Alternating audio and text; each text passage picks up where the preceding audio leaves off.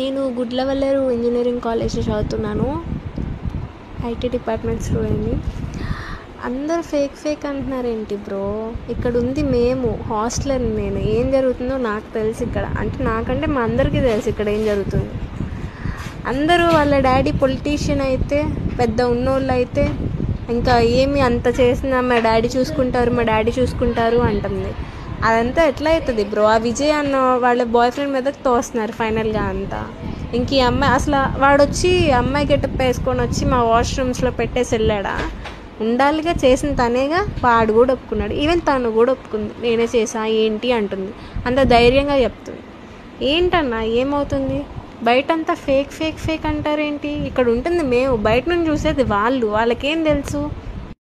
భయపడుతున్నారంటే భయపడుతున్నాం, fake అని తెలిసి భయపడుతున్నావా? మేమంతా పిచ్చోళ్ళమా ఇక్కడ ఉన్న వాళ్ళంతా? 30 కెమెరాస్ ఉన్నాయి, పైగా 300+ 365 వీడియోస్ లీక్ అయ్యాయి. ఇంకా 800 వీడియోస్ వరకు ఉన్నాయంట బయట. షేర్ అయినవి మాత్రం 365. అందులో ఎవరున్నారు ఏంటి, ఇంకా సిచ్యువేషన్ ఏంటి అదంతా మీకు తెలియదు. బయట నుండి ఏదో ఫేక్ అనేస్తారు వేరే వాళ్ళు ఎవరు. థ్యాంక్ యూ అన్నయ్య ఫర్ సపోర్టింగ్. ఈ మెసేజ్ పెట్టాలనిపించింది, ఎందుకంటే నీ స్టోరీస్ చూసి నువ్వు మమ్మల్ని సపోర్ట్ చేస్తున్నావు, మాకు నచ్చింది. అందుకే ఇక్కడ ఏం అర్థం కావట్లేదు అన్నయ్య. ఇంట్లో పేరెంట్స్కి చెప్దామంటే చాలా భయం వేస్తుంది, వాళ్ళు ఎలా రియాక్ట్ అవుతారు అని. 4 years నమ్మి వచ్చాం కదా ఇక్కడికి. CEO లా సెలబ్రిటీలా చూస్తున్నారు ఇక్కడ అంతా. రూమ్కి కాఫీ టిఫిన్ తీసుకువెళ్ళడం, మిల్క్ తీసుకెళ్ళడం, వాటర్ అయితే టిన్ తీసుకెళ్తున్నారు రూమ్కి. పెద్ద సెక్యూరిటీయే ప్లాన్ చేశారు తనకి. మేమందరం తప్పు చేసిన వాళ్ళం కదా, సో మమ్మల్ని బయట వదిలేశారు.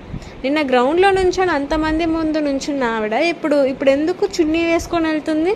ఎవరు చూడకూడదని చెప్పి. What's the reason behind that? నిన్న పోలీసులు ఏమో మా దగ్గర గ్రౌండ్లో ఏమో అతను చేసిన తప్పే, మాకు ప్రూఫ్స్ ఉన్నాయి, మేము ఇన్వెస్టిగేషన్ చేస్తామన్నారు. మళ్ళీ పర్సనల్గా లోపలికి పిలిచి ఇదంతా ఫేక్, ఒక రూమర్ అంటారేంటి? అంటే ఒక 5 minutesకి వాళ్ళ డిస్కషన్లో మొత్తం చేంజ్ అయిపోయిందా?